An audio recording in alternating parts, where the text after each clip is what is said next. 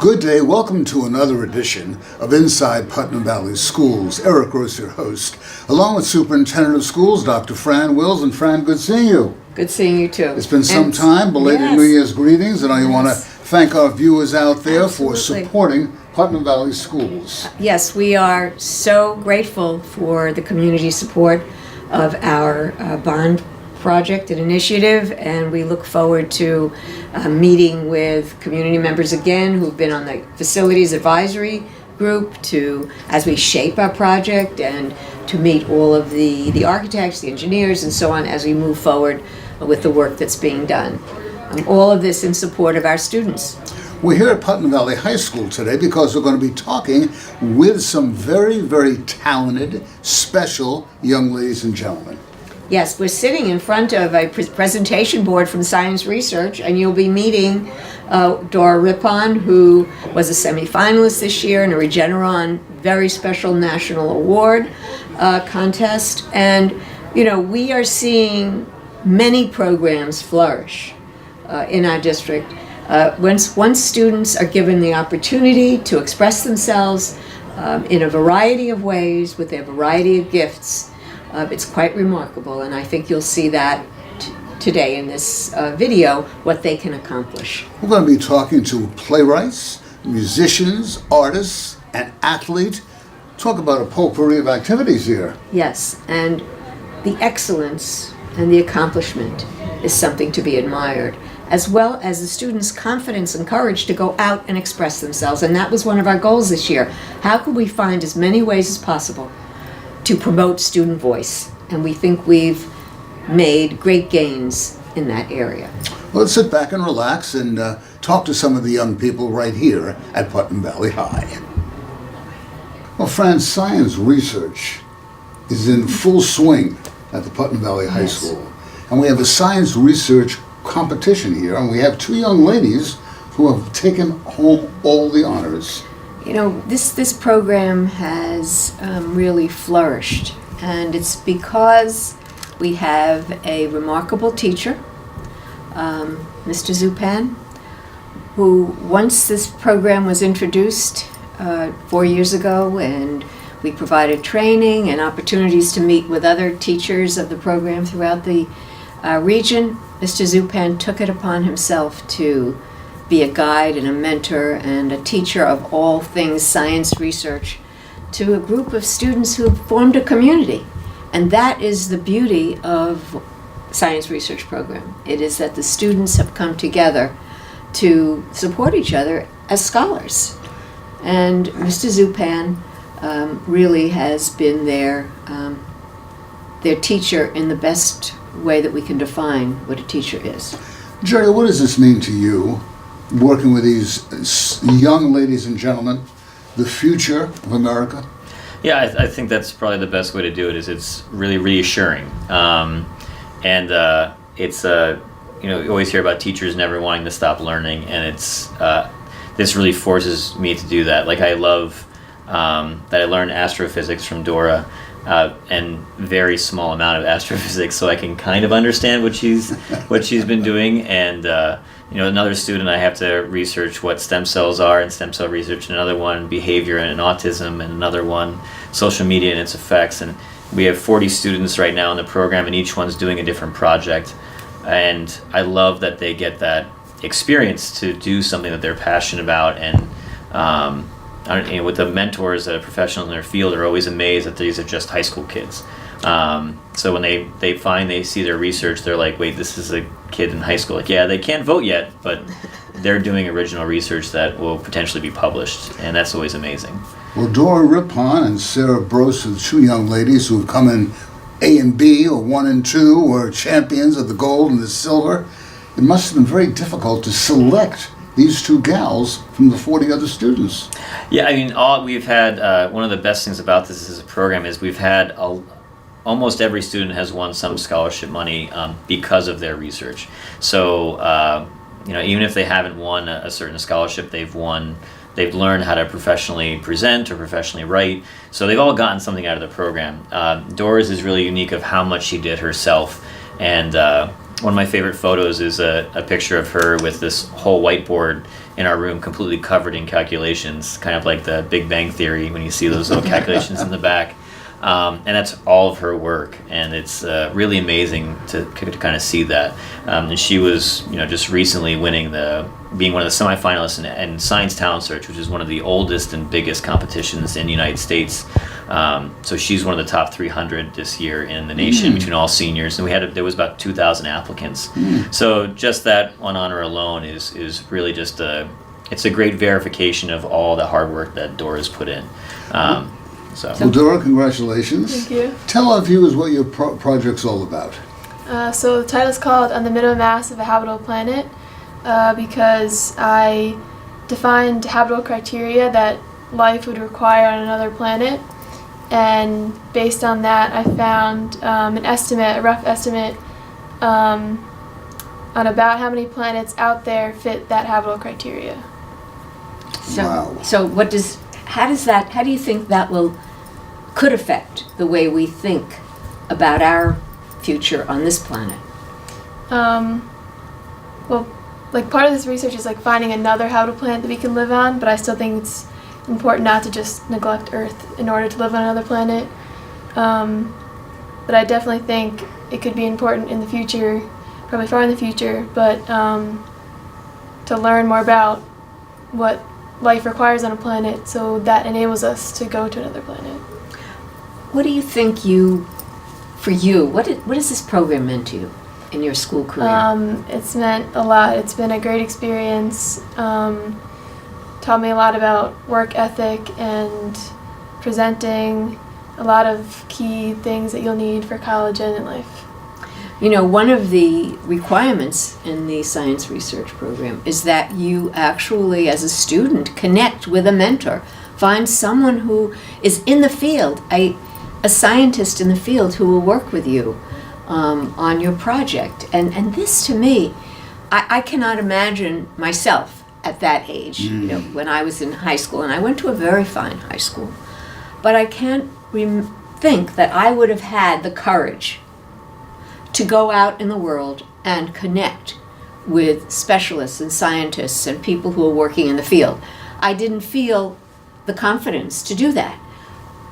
Can you talk about that, about what it takes to do that, to go out and find a like-minded specialist, adult to work with? Mm-hmm. I mean, I guess I kind of knew what I was getting into when I signed up, but I also kind of didn't. Like, I kind of just went through the process, and I got lucky and it just kind of worked out for me. And you found a mentor who would work with you? Yeah, we have a set process where we kind of train them and prep them, and before they contact a mentor, Dora spent countless hours reading articles and researching and getting ideas and formulating questions that she could propose to mentors. So when we finally contacted somebody, ironically in Chicago, that's doing similar research, that kind of started that conversation, and it was the ability of Dora to continue that conversation with a professional in the field what really drove that person to be like, yes, let's work together. And that's always that's a very big deal in the program. It's Jerry, over the years, do most of the people who you contact, or the students contact, are they in favor of helping the young people? No. No. Yeah, it is one of the unforeseen things about the program is it's such a stressful time right now because a lot of the students who are just starting sophomores are trying to find mentors, and it's a very stressful thing because it's not necessarily that they're not prepared, it's just finding that right fit. So some people don't have time, sometimes it's a financial reason, sometimes they're not researching anymore, and so it's always a very difficult time for myself because it's not a question of is the student prepared, it's just do they find that right fit, that person. Sometimes it's the first person they contact, and it is, and somebody else gets told no 20, 30 times, and it's always different. I think it's a really good learning experience for students that get told no and then respond professionally back, and because that's going to happen in life sometimes. And so that, I know one of those unforeseen kind of positives of the course is they really get that professional experience. And I think it builds tremendous resilience. Sure. That we need, and we want to give our students that opportunity to build that as they go out into the world. so that they have the confidence, the courage, the affirmation. They know they can do it. They know they can. And we've had some great, like, local areas have been phenomenal. IBM is, just in the next town over, and they've been phenomenal in mentoring a lot of our students. We have some parents that work there as well, and they've, been stepping stones into getting someone's foot in the door, but they've been really open. There's been a lot of local areas that run high school research centers that have been we're very lucky. We're this close to the city, so a lot of students might go down to New York City and find, mentors there that a lot of other, towns don't have. We're lucky being in Putnam that we're that close. So, I take a lot of train rides. I'm going next week for, to Sloan Kettering for one and to Hunter College for another. Like, there's a lot of college universities that are very open. So it's been really great. But then you find some people that, Dora's met your mentor once really face to face. The rest of it's been on the phone or email or Skype. I mean, technology is another stepping stone that's we're no longer, we just found one sophomore, Abby Lauder just found her mentor in Australia. So they're, the time difference is hard to work out, but they do communicate with each other. So it's really amazing to see, how if you can find someone, if you find that connection, it's really amazing.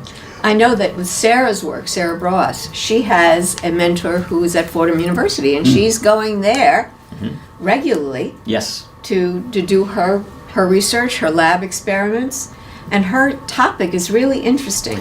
Yeah, last year Sarah was one of the first student for Putnam Valley to go to ISEF, which is the biggest. It's like the Olympics of science research. It's about 2,000 participants. They're all over the 80 countries. They really have like an Olympic opening ceremony. And she was the first by winning first at our local competition, WESF, which comes up in March this year. And which is no small. There's 700 students that compete for that. Only 15 spots move on to ISEF, so it's very difficult to get in. She was one of the top projects doing her research on using a leaf as a scaffold to build heart tissue. So because it mimics the blood, the vessel pattern of the heart tissue. So it was really a very innovative way to do it, and that was a combination of her and her mentor. And it was really great to see that conversation happen of like, oh, I read this article, and oh, I read the same article, and then they two kind of came together on this idea for their project. So. We want to congratulate Dora. We want to congratulate Dora and Sarah. But this guy right here is the nuts and bolts behind this whole project. You can just tell his enthusiastic. His enthusiasm. And I want to compliment all of the students involved in this project, in this program. They are making a difference in the world already. They are doing things, and they can see. I mean, one of the most important growth concepts for young people is to feel that they're useful, to feel that their lives will be meaningful and purposeful. And these students feel it every day, and in their community here they feel it. So we're very excited for them and for Putnam Valley to know that this program is one that grows opportunities for students. Once And again, it's open to anyone who wishes to join, any student. There are no special qualifications that you have to show before you come in, but students who join do get something very special, and they give too. congratulations one and all again. The Putnam Valley Science Research Program, a great hit here in Putnam Valley. We're honored today, Fran, to have Darnell Shillingford with us. Darnell is the captain of the Putnam Valley Tigers basketball team, and Darnell has quite an accomplishment this year. Yes, Darnell, first of all, is a leader, a natural leader. He has always been seen with great respect as one of the top players on our basketball team, but also as a person, personally a man of integrity, and someone we're very proud of. And this year, he was able to accomplish his 1,000th point, correct, Darnell? Tell us a little about it. Yes, it was very cool to get 1,000 points. So there was a lot of people that came to the game. I was very thankful for that. They're very receiving. They're very proud of me. It was good to see so many people in the community be so proud of me for something like that. When did you start playing basketball?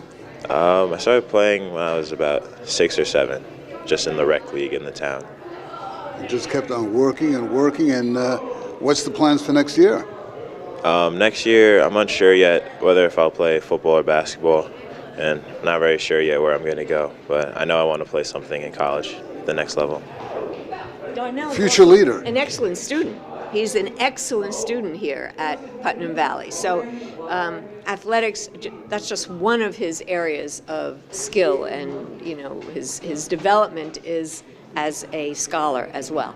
So we're very proud of Darnell, and I know we're proud of the team too, right? The varsity team. What do you expect to happen with the team this winter? We've been playing very well so far. We're one of the best teams in the school history, and our goal is to win the gold ball, to keep moving on after that. We're very close to it right now. We're just working every day to reach our goal. We're going to hear a lot more about Darnell in the years to come. We are. We're very excited to find out where he'll be, and I know he'll be doing great things in the future as well. Keep up the good work. Thank you. Thank you, Darnell. Thank you. Well, Fran, Caitlin Cohen, Yes. another one of our outstanding students at Putnam Valley High, the winner of the Aspire Award. What's that all about? Well, the Aspire Award is an award that the art department sponsors and our high school principal sponsors to produce a cover that is inspiring to our students for the handbook that students receive for their schedule each year. So I'd like Caitlin to talk a little bit about what she did. She's brought it with her, the cover, so that you can see the magnificent work. So I didn't actually submit this for the Aspire Award. It was just a piece that I created for my drawing and painting class. But my teacher thought it would be fitting for the award, so she actually submitted it for me. So for our class, we had to create a piece of artwork that incorporated maps. So for this project, incorporating maps, I decided to use the maps of the 50 states. And then I kind of wanted to create an image that altogether represented America as a whole. So I used a method of collaging and watercolors, and I used collaging of the maps of the 50 states to create the eagle, so that kind of maintain the idea of America with the national bird. And then in the background I collaged, altogether it was a collage, but this was created with watercolor, the flag of the country. So altogether it was kind of like America with the incorporation of maps. It's incredible. Beautiful. Yeah, what I love about it is that it's so inclusive. Yeah. The maps bring this idea of diversity to the piece. So we had a wonderful ceremony in our school, in our student lounge, and this is now on the cover of our student handbook. It's really, again, another example. Caitlin is another example for us of the arts in our school, what we see that students can create. We had the sciences, the science research, we have the arts. What we're about is opportunity for students to express their interests, their goals, their purpose.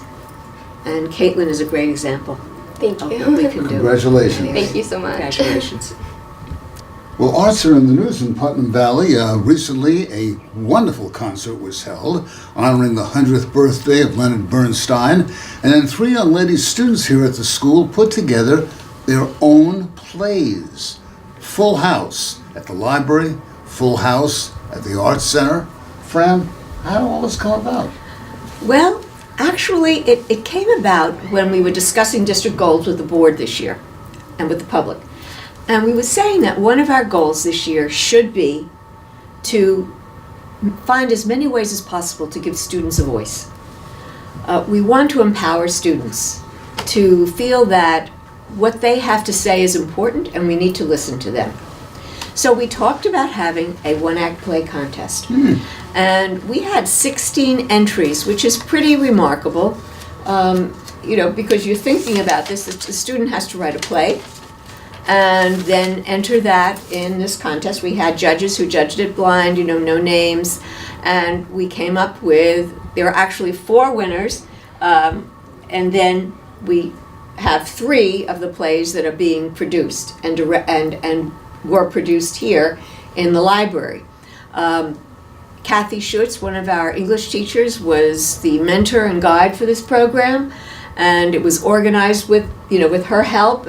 She's had experience in theater, and we're very excited about this opportunity. It's the first for Putnam Valley, and we were able to give prizes to the winners of the contest and help them feel like real authors. They are authors, and they are coming forth with something that they will see. They will actually, and they did actually see their plays produced, directed. They worked with actors. They worked with the directors, or they directed themselves, and they could see the play forming and see it produced. This is an artist's dream. This is an artist's, what artists seek.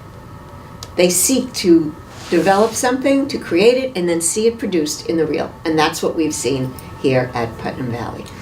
Shall we meet the young ladies? We're talking about Jackie Pedotti, young lady in the center, Caitlin Carroll, and Bianca Garcia. Welcome. So let's start with Jackie. Jackie was the first place winner.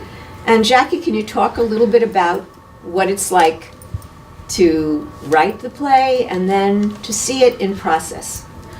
Well, my play was called The Automatsphere, and writing the play in and of itself was, I write in a weird way. I have that sort of like a problem where I can't write in the middle of the day, but at 3 o'clock in the morning I'll just get this idea and I'm just writing, and I wrote almost all of the script in one night. There were a few problems as my computer kept deleting the script and I kept rewriting it again and again, and eventually I was like, come on, you know, I need to do this. And I wrote it for this contest, and I also submitted it for a portfolio in college, and I'm hoping to get accepted to a film conservatory as a result, you know. Yeah, and the play itself is a pretty simple play. 1 room, 2 actors. Basically a play about a relationship that ends after two lovers sort of find this difference in how they interpret a painting. It uncovers all of these problems with fear within their relationship, and the relationship inevitably ends. And being able to see it be created with 2 people that I know was really rewarding. The first day I walked into it, I was really nervous. I was like, how is this gonna go? You know, I don't know. I'm directing it as well, and working with them was really great. We would sort of like bounce ideas off of each other on how to like work and block the different aspects of the play, and it was fun. It was really fun. You talk about actors. Are these actors students in the school? Yes. So how are they selected? Well, we had 2 days where we auditioned several boys and girls in the school, and I selected 2 of them with the help of Mrs. Schutz, and then basically we created a rehearsal schedule for each of our plays, and we rehearsed them during lunch periods and more recently after school. Wow. Caitlin, tell us about your play. My play is called To Be Thankful. It's a comedy. It's a Thanksgiving gone wrong, and basically We know those, don't we, Fran? Yes. where everything that could go wrong goes wrong. And throughout the play, there are different quirky, funny characters who come into play with this more average family. They're coming together with their more awkward, quirky side of their family, and the clashing between. And overall, in the end, is more of a meaningful, heartfelt solution to the problem of Thanksgiving being a disaster. And it all just kind of ties together. Wow. So how did you feel about the process of seeing it happen? It was awesome. I mean, I've been acting in theater since 5th grade, I want to say, and I've always been more interested in the other side of things. I mean, like, I've always been like, okay, I'm reading this piece, but I've always wondered more, how did this person write this piece? What did they put into this? So I wanted to kind of take a shot at trying out the other side, because the writing process to me is very interesting. So I took that opportunity when it presented itself when the contest was announced. And similar to Jackie, yeah, like I'm not like sporadically throughout the day I'll have like, oh, idea, and I'll jot it down, then I'll go home and I'll put it all together. But the writing process was enjoyable. It was fun. I like writing, so it was something I enjoyed very much. Did And you write putting at it 3 on. o'clock in the morning too? Yeah. And putting it on was it was great. Bianca, so we have a comedy, we have a drama. What was your play about? My play is called A Normal Man. It's not really. It's not a comedy at all. It's not quite a drama either. It's like it has drama elements, but like towards the end, it gets more horror, like mystery, more like. The play is about a man who wakes up with no memory, but his parents are very vague on his past details. They don't tell his past at all. They keep telling him, "You need to rest. You need to rest." But he's like, sort of like, that doesn't make any sense. Things don't make any sense. I don't feel anything wrong with me. And towards the end, that's when the whole confession happens. Would you like to learn the twist? Like the whole. At the end, he learns from his family that the reason why he lost his memory because he was a part of an experiment to see if a man who has done crimes but forgot his memory, would he be able to become a new man, a normal man?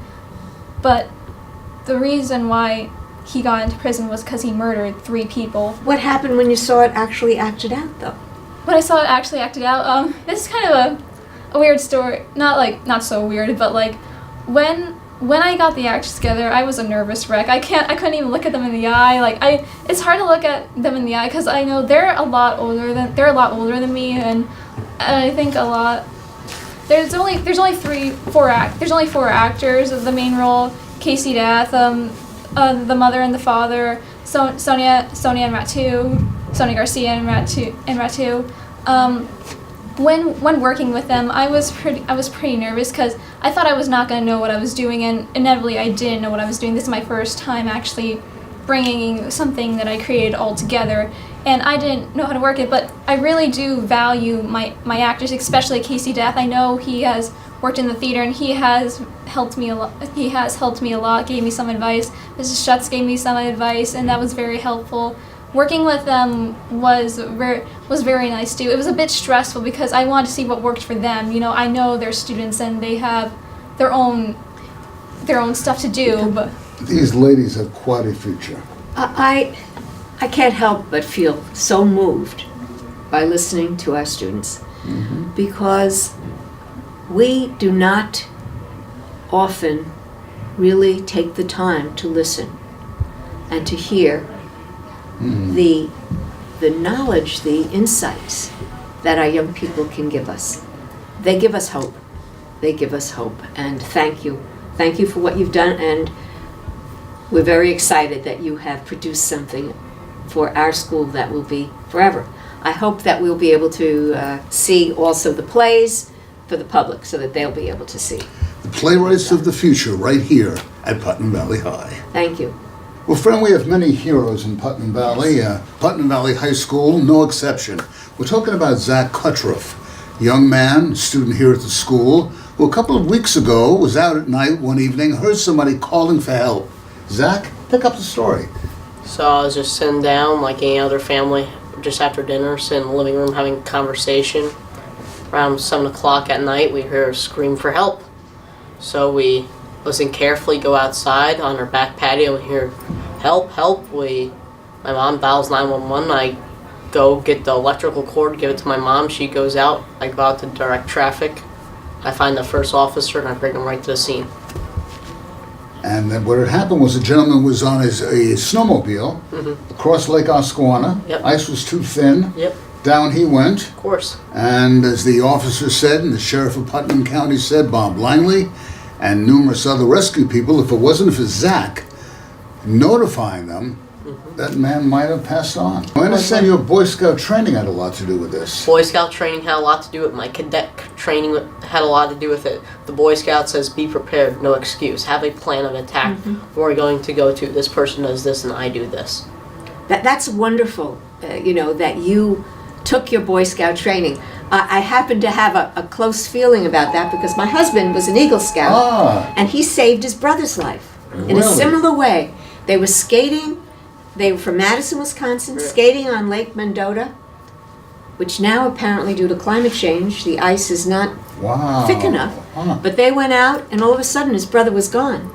He went around the turn, his brother was gone. He was in the water, and he used his Boy Scout training. He got flat on his stomach, Yep. and he didn't have any rope, but you know what he had? He pulled his jacket off and threw the jacket sleeve. And his brother held on. First he couldn't get it, and then he did. So that was a story that my husband has told me many, many times. So when I heard about what you did, I showed it to my husband immediately. I said, look, the Boy Scouts come back Yeah. Same to, thing with the kid that Be trained strong. ran along the cop cars with it. It's icy. If you slip, you're going under the vehicles that are running over, probably running you over. So I had to run along the cars. so this is a wonderful thing, and I know you're going to be recognized. You will be recognized Right. for what you've done. So Well, again, we we congratulate thank you Thank for you. Thank your, you. for bringing this to us and allowing us to honor you as well. Keep up the Thank good work. Yep, thank Yes. Zach Yes. Hutchruff. Thank you. Good luck to a great Boy Scout. Thank you. Thank you.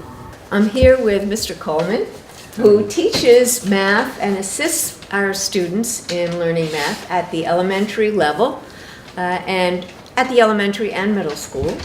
And he has developed an incredible project associated with the work that Mr. Coleman is doing in a challenge math program. A way to increase engagement of our students in math at all levels. So, Mr. Coleman, can you describe this very, very creative project that you developed? Sure. And let me start with how we started with the challenge program. About a year ago, there was discussions at the elementary school about increasing the exposure for math to all of the students. So we came up with our math challenge program. And kids had opportunities to go to different classrooms, be with different students, and I also had a group within that in each of the grade levels. And what I wanted to do was find some project that would work from first grade to fourth grade. And after some research, I found a painter, Pete Mondrian, that fit that criteria. So in the class, we started to develop what would be our project. We looked at horizontal lines, vertical lines, particular shapes. And so at the different grade levels, they went into different depths. Kids could find the area and the perimeter of the particular shapes. And ultimately, we would have each kid create their own original piece of artwork. So really, we talk about this in the art world as an appropriation. You use a similar style, a similar technique to the technique that Piet Mondrian created, and with that, you incorporated geometric shapes, measuring. So we basically applied the mathematical theory to something very real that students could get involved in, and to also show that art connects with math, which is, sometimes we talk about this as the STEAM Yes, model: certainly. science, technology, engineering, art, and math. And so this is, I thought this was really, really creative, in that students would be able to use their geometry in a Yes. very real way and really develop an interesting product. And what was interesting, there was no classroom. The building was our classroom. So we looked at the floors, the rectangles, the squares in the floors. We looked at the walls, so that we were all over the building working on this project. And it was exciting. And now we're going to hear from some of the students who were involved. Hello, my name is Eliana Broccolo, and I was a part of the Math Challenge group last year. I learned how we measured the lines. Pete Mondrian, he used to paint like countrysides, and then he wanted to move to Paris to pursue and make his art more abstract, using the three primary colors, red, yellow, and blue. And this painting was supposed to represent a city. And there, in math, there's the parallel lines and the perpendicular lines. Great, Great, thank you. thank you very much. Hi, my name is Peyton Faraguzzi. In this project, we learned how to measure the area and the perimeter of the little squares we would make.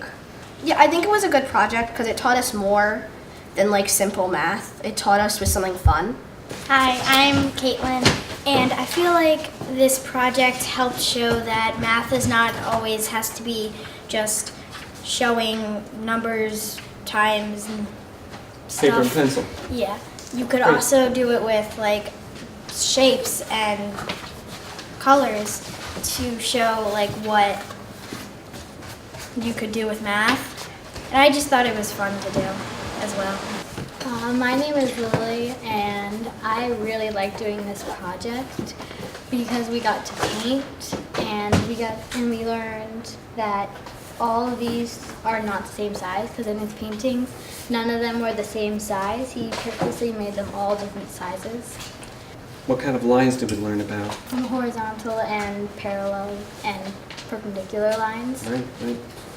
So one of the exciting aspects of this project is that we want to thank the Putnam Valley Library Yes. for allowing us to exhibit the work that our students have been doing and present it to the public who will come into the library and see the kind of creative work that we're doing in our schools with math and other subjects. So I know that we had a day here where... We hosted a day, Yeah. an evening, where the members of the community would come out and they could actually go through the process that the students did in class and develop their own original piece of artwork. And we had And all it was the well materials. attended. Yes, Yep. it was well attended. We had materials here. And again, this is part of our effort to partner with the community and also to make sure the community knows what's happening in our schools and the educational process we use and the quality that we do provide in our Putnam Valley schools. And this will be up for the next few weeks, and also we put a number of the original pieces of artwork in the town hall, so it would enable more of the community members to see the exciting That's work. wonderful. Well, we thank you very, very much, Mr. Coleman. Thank you. Appreciate You've it. done something really special, and you're tying education to something very real, and also hopefully develop students who appreciate art, who will go to the museums in the city of New York and here in our local area and sort of have a different understanding about what art is. And Thank you. what our artists can do. And So thank you for supporting it. Appreciate it. thank you. What talent. Yes, it's very moving, actually. You can see students who are underclassmen, and you can see them as seniors, and you see that they're ready to go out into the world to be part of a society in a very productive and positive way, and that's what we're trying to do here in our schools. It's been a crazy winter of weather. Not so much in the way of deep snow, but a lot of ice. In Yes. Putnam Valley schools, like many other schools in the area, have had delays, 2-hour delays, 3-hour delays, no school. It's a tough call, but safety is a paramount Safety is concern. paramount. You know, this has been a tough winter in Putnam Valley too. We lost a student in a terrible, tragic accident. And so there has been that sense of a family coming together. And Putnam Valley is very special that way. It is a place where people do come together, support one another. And that has been a thread through this winter, through this last month.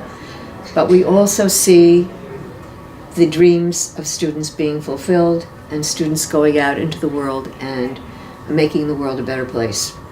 One gal who's made the world a better place for many years is Superintendent Fran Wills, and Fran has announced her retirement after many years in and out of the classroom. Mixed emotions? Very mixed. You know, yes, the baton, so to speak, is passed, but I feel so wonderful about the relationships I have here, about the incredible administrative and leadership team we have, the IB program that we're going to launch this next year that we've been planning and working on with Dr. Intrieri.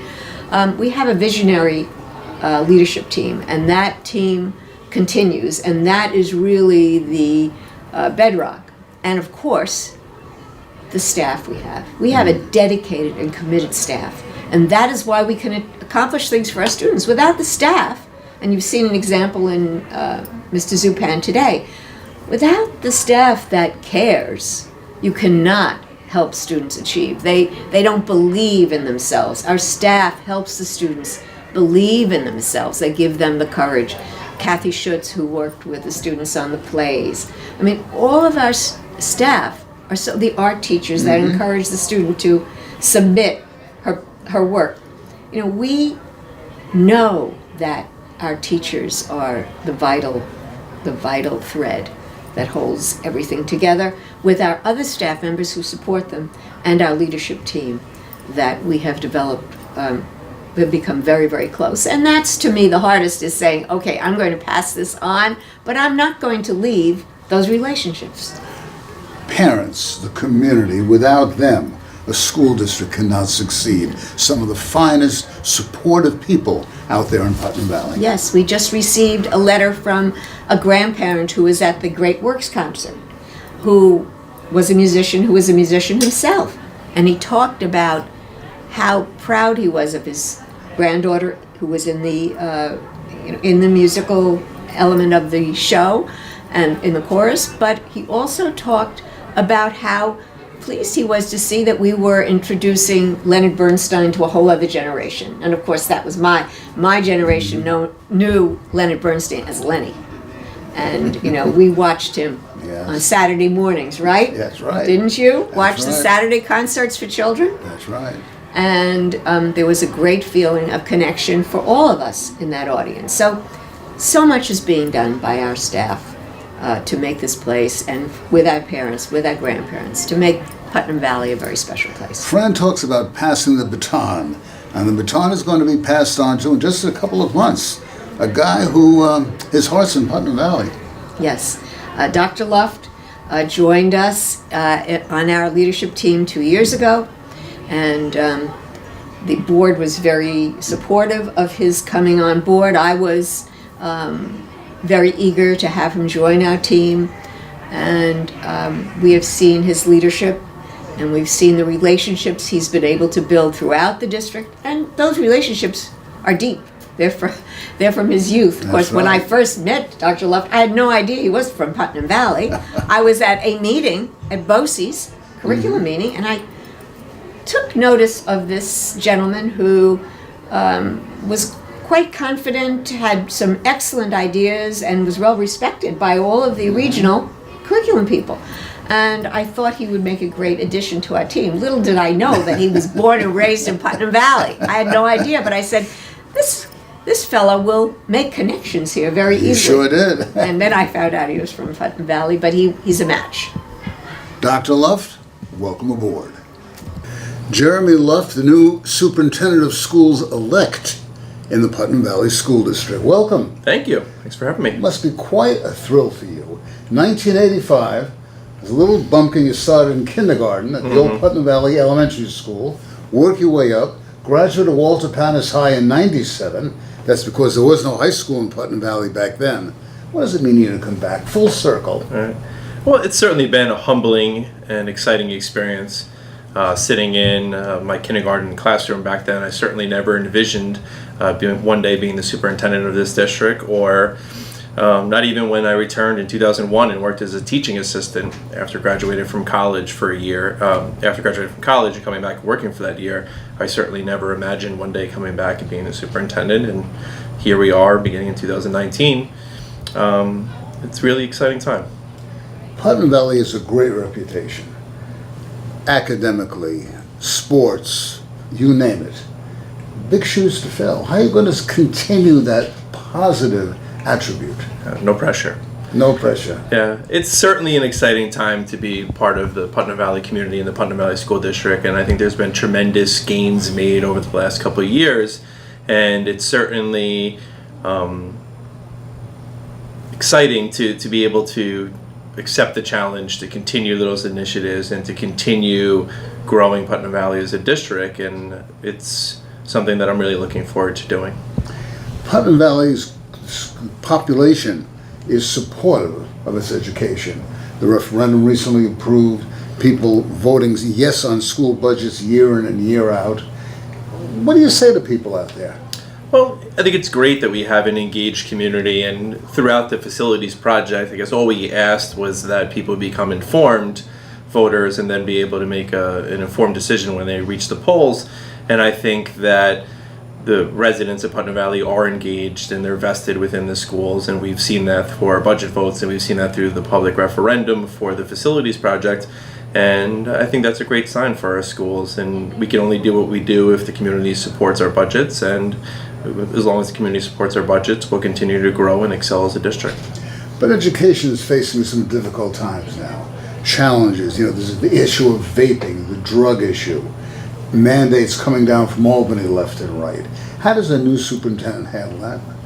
Well, I think we have to approach from multiple directions, and we were always working with the county and the county legislators and finding out ways to, in some ways, to keep these devices out of student hands. We work closely with our clinical staff, working directly with students to find out what we can do to support them. And I think it's an approach for the whole child, is how do we support the child emotionally, socially, as well as academically. So I think that's this sort of wraparound approach for students that will benefit us. And working closely with state lawmakers to make sure the aid is here in Putnam Valley where it belongs. Yeah, it's definitely challenging times financially. Our state aid increases are minuscule, and our contractual obligations for our budget increase every year, and we're always forced playing this balancing act of where is the money going to come from and what is our long-term stability when we're capped by the state in terms of how much taxes we can levy from the community. But I think that we've been very responsible. I think that we're currently in a good financial position, and I think that or certainly our hope is to continue our fiscal responsibility to be able to remain under the tax levy for as long as possible.